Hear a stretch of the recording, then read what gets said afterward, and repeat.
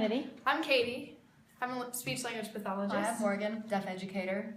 Hi. Thank you for seeing me today. I really appreciate you taking the time to do this. Yeah, of course. What can we do for you today? Well, I have some concerns about my son Carter as to which direction I should go with him as far as his culture and his upbringing, communication methods, things like that. I've been getting a lot of mixed messages from the professionals that I'm dealing with now, and I'd really like a better understanding of what my options are. Could you go over some different modes of communication that I could use with him and some pros and cons of each? Of course. It's critical that you choose a mode of communication for Carter as soon as possible so that he can begin to develop language. One option for you would be oral, where you can get him evaluated and fitting for amplification devices such as a hearing aid and cochlear implant. Well, if he's profoundly deaf, why do I need to fit him for hearing aids? That's just part of the cochlear implant process. It has to be proven that your child receives no benefit from amplification before we have him tested to see if he can get a cochlear implant. Okay, could you explain what a cochlear implant is a little bit better? A cochlear implant is a device that provides direct electrical stimulation to the auditory nerve and the inner ear, giving access to sounds that were not previously accessible. This access to sound is a first stepping stone for developing auditory and speech skills. It's a surgical process, and we would need to put Carter through some testing to see if he's a good candidate. This right here is a cochlear implant that you can see if you want to. Okay, yeah, let me see that. What would make a good candidate? According to the American Speech Language Hearing Association in 2014, a child who is a good candidate is one that has a profound sensorineural hearing loss in both ears, one that is healthy and has no medical conditions that would make the surgery risky. The parents need to be involved in all steps in the process and understand their role in the successful use of the cochlear implants, and they need to be willing to be actively involved in their habilitation and rehabilitation and have support from an educational program to emphasize the development of auditory skills. Oh, so with this device, he could hear just like normal? Unfortunately, that's not the case. It's important for you to know that Carter will need extensive oral and speech habilitation in order to get the most desirable results. He will need to spend time with audiologists, speech-language pathologists, teachers, and counselors to learn how to listen, speak, and handle communication. I also want you to be aware that the procedure is not 100% guaranteed to be effective. Oh, okay, I understand that. But if it doesn't work, what other options do I have to integrate him into the deaf culture as well as our family?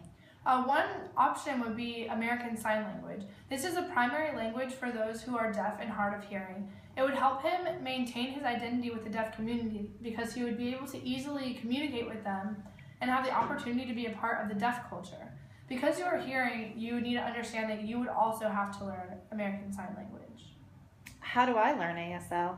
Tennessee School for the Deaf offers night classes for parents. You'll need to be willing to put in the time and effort to learn it so that you can teach it to Carter. According to the National Institute on Deafness and Other Communication Disorders, children who are deaf can learn to sign fluently from their hearing parents before their hearing parents are even fluent. Would it be beneficial to do both ASL and oral? Definitely. It's very common to incorporate both speech and sign language as a way of communication. Total communication is when all modes of communication and language are used as needed. The purpose of this would be to provide Carter with all communication tools needed to help him develop language competence. This includes sign language, spoken English, lip reading, facial expressions, listening, and body language. By using all of these, you'll be able to see what he responds best to and move forward with that strategy. Oh, thank you for clearing all those up.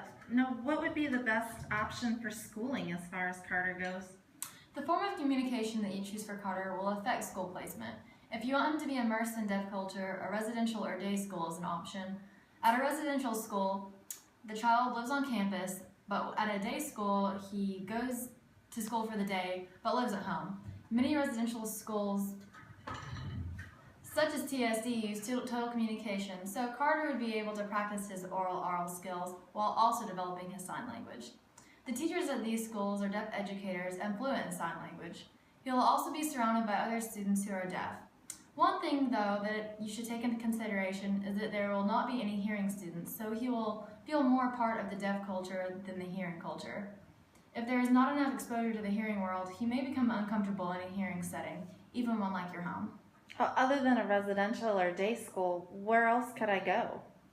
Carter can be put in the gen ed classroom where he may be placed in a mainstream setting an inclusion program, or perhaps spend part of the day in a resource room or with an itinerant teacher. Oh, I didn't know there were different options in gen ed. Could you explain those a little bit better? Definitely.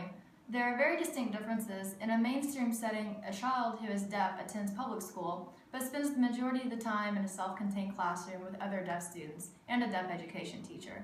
Inclusion programs, on the other hand, allow deaf students to spend the school day in a general education setting with hearing peers and a full-time interpreter.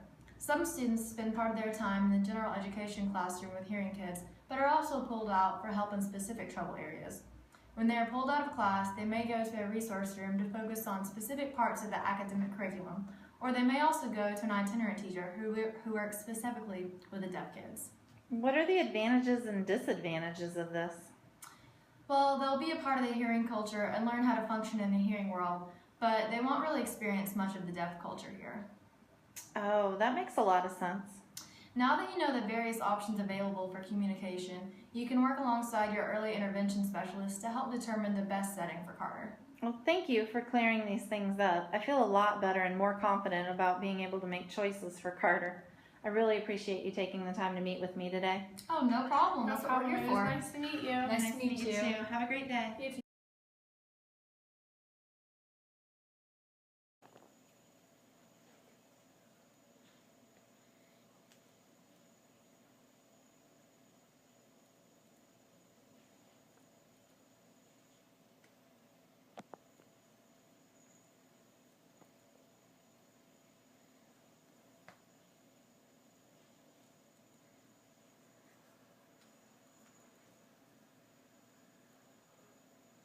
Hi, my name is Carter.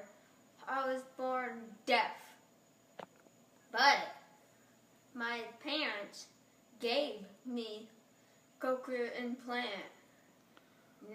when I was a baby.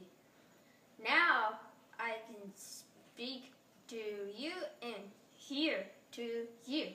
Bye. Thank you.